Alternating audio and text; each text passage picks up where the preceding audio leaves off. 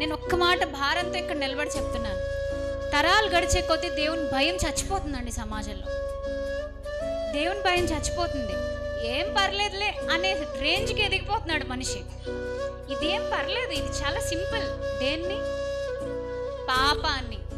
పాపాన్ని సింపుల్ అనుకుంటున్న ఒక తరాన్ని మనం చూస్తున్నాం. మీరు కూడా అదే తరంలో ఉన్నారు. యవ్వన బిడ్డలారా, నా సొంత బిడ్డలు అనుకుని చెప్తున్నాను ఇక్కడ ఉన్న యవ్వన పిల్లలందరికీ, ప్లీజ్ మీరు మీ చేతిలో ఉన్న మొబైల్లో ఎవరో తీసిన రీల్స్, ఎవరో తీసినటువంటి వీడియోస్, ఎవరో చేసినటువంటి వర్క్కి ఫిదా అయిపోతారు. కొన్నిసార్లు గంటలు అందులో దూరిపోతూ ఉంటారు.